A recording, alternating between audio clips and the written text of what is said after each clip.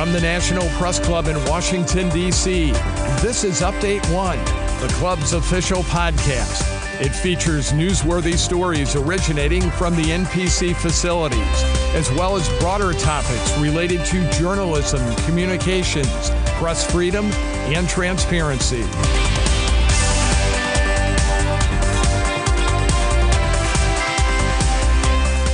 Hello, and thanks for joining us at Update One.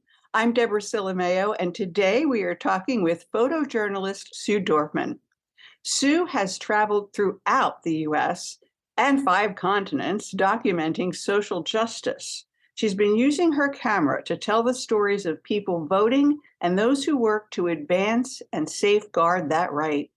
She's clocked more than 45,000 miles looking at democracy, visiting polling sites, watching get out the vote activities.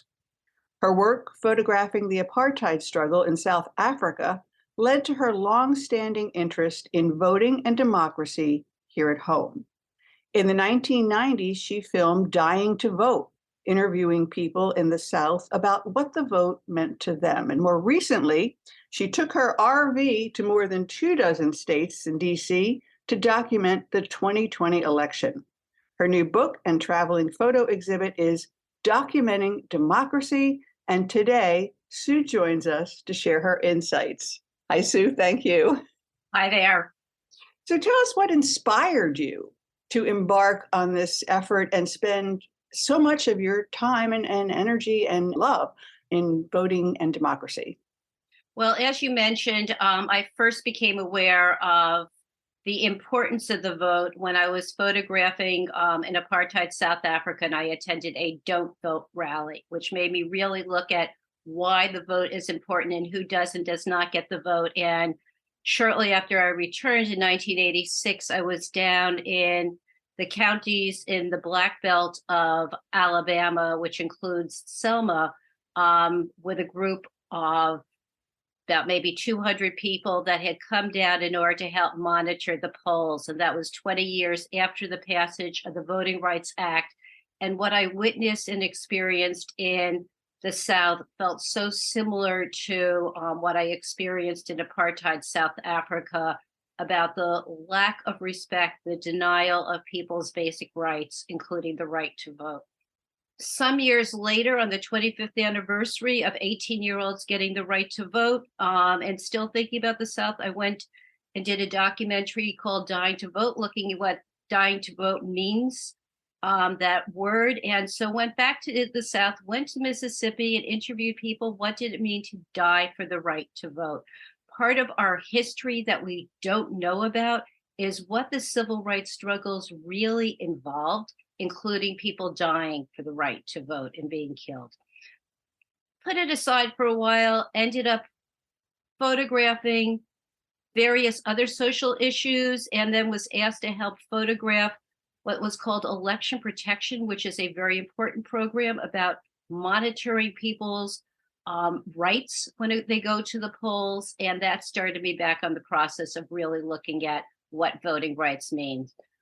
In the 2018, I decided to go back to Mississippi, see if it had changed from 1996. And that really is what launched me back into looking at what does voting mean? Who votes? How is the vote considered? And what do people do in order to ensure the right to vote? So it's a long story, but it basically is, this is one of our rights as American citizens. It's one of the rights that's enshrined in the Universal Declaration of Human Rights, the rights to free and fair elections. And as somebody who's committed to social justice, I wanted to see how that right was being used or abused in this country. Now, you spent a lot of time documenting the 2020 election, which is perhaps the most controversial, most dissected, highly charged presidential election in history. And I'm wondering what you took away from the experience, and then also what you hope people will learn from your work. That is a huge question, and I will try and break it down into a few smaller parts.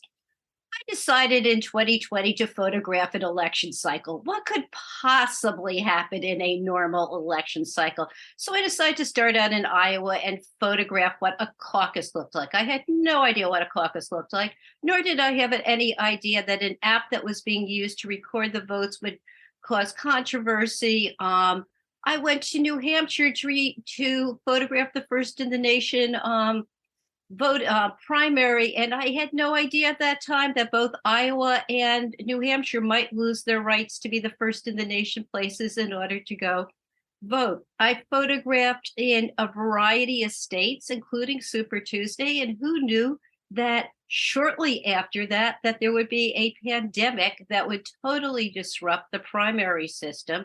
Who knew that we would have a situation where there would be dramatic changes of how to vote in the election? Who knew that we would have a change in our postal system that would make it difficult or questionable to put ballots into the postal system? Who knew that drop boxes would be introduced in many, many states? Who knew that there was going to be a runoff election that was going to totally change the nature of who was going to be in the majority in the US Senate? There were so many unknowns. I think that the thing to take away from it is that democracy works. The voting process works. The people that run elections have enormous integrity. The checks and balances on the system is enormous. But I want to get back to the people who run the elections, the level of integrity that everybody has to make sure that each and every person has the right to vote. What I saw across the country was that level of dedication. What I heard from poll workers was the importance of same-day voter registration, because there are states such as New Jersey that you have to register to vote 21 days in advance of the election. And if you miss that registration deadline, you can't vote. Whereas if people are able to register the same day, they can vote. And participation in our country's elections is probably most important.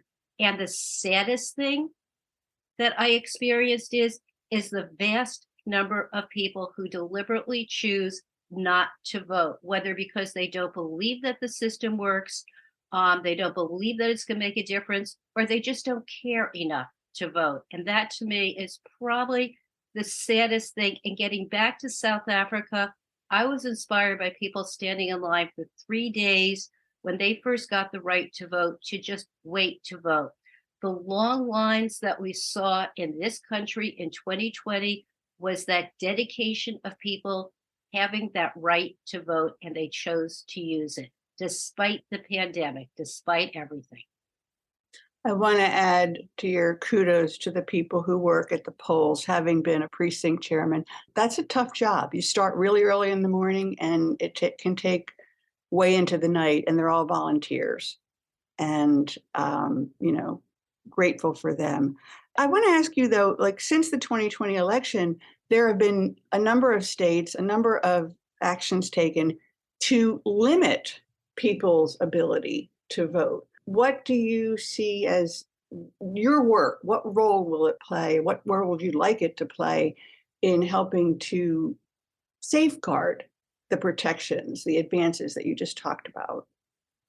There's a couple of things. I've been looking at elections for many years, and if I go back and I look at papers that I have from 2012, from 2016, 2018, there has always been bills being introduced that are going to suppress the right to vote. There also are even more bills that are working to expand the right to vote. They don't get as much attention. And I think that it is critically important to both talk about those particular laws and bills that limit people's rights to vote versus the ones that also are expanding it.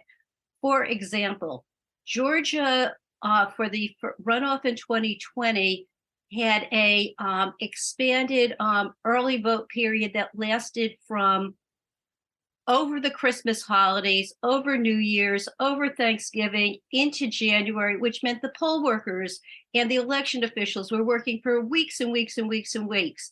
They shortened the early vote period for a runoff election back to a already existing date, and it's been called this horrific thing that they shortened the early vote period. Now, what it did mean is that, yes, it was shortened by some weeks, but it also meant the poll workers did not work over X number of weeks. And that same bill also mandated that every county in Georgia have Saturday voting. It mandated that every county in Georgia have at least one ballot drop boxes. While it did limit the number of ballot drop boxes, particularly in heavily urban areas, it also advanced a right in other counties. It is really important to look at where things have gone, what I'm going to say has gone south, and where things have really expanded, and to really keep that in perspective when talking about not just voter suppression, but really some of the winning advances that have taken place in the right to vote.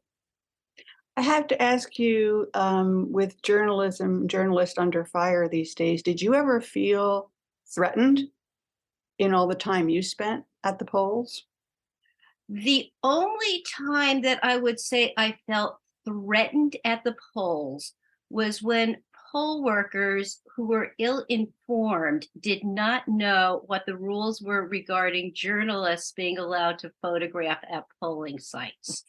In terms of my physical safety with other people, no. In terms of poll workers who did not know the rules and were trying to intimidate me from voting, intimidate me from photographing, that was kind of a hassle. And one quick story I will tell, Virginia is the only state or commonwealth in the nation that actually I have seen post the rules regarding media at a polling place, which very clearly state what a journalist and a photographer is allowed to do in the polling place. And I had the head of the elections in one polling place tell me I wasn't allowed to vote there, and I had to walk her out to the sign and point out to her, yes, I can. So that would be, I'd say, the most intimidation that I had.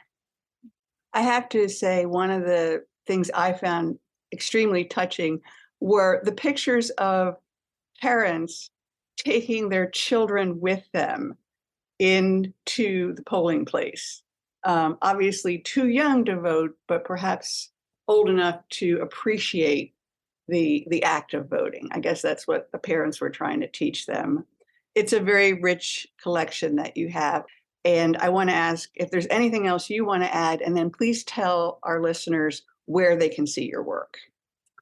Thank you. I just want to say that one of the things that did inspire me to, pay attention to voting is that I, as a child, used to go with my parents in to go voting back in the day when there was the magic curtain that would close and the magic curtain that would open. And it was magic as a child to see the levers go up and down. And I'm hoping that kids today have that same level of inspiration to go out and vote. I think, it's critical to increase civic education on the importance of the vote.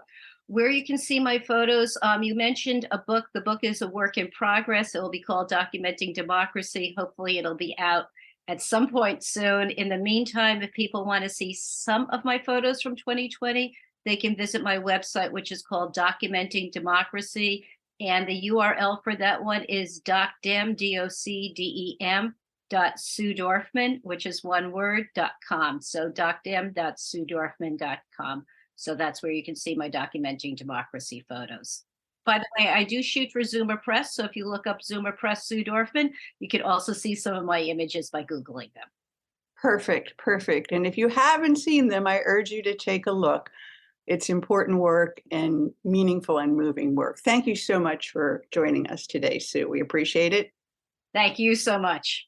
And if you want to find out more about the National Press Club, you can visit press.org. Thank you all. This has been Update 1.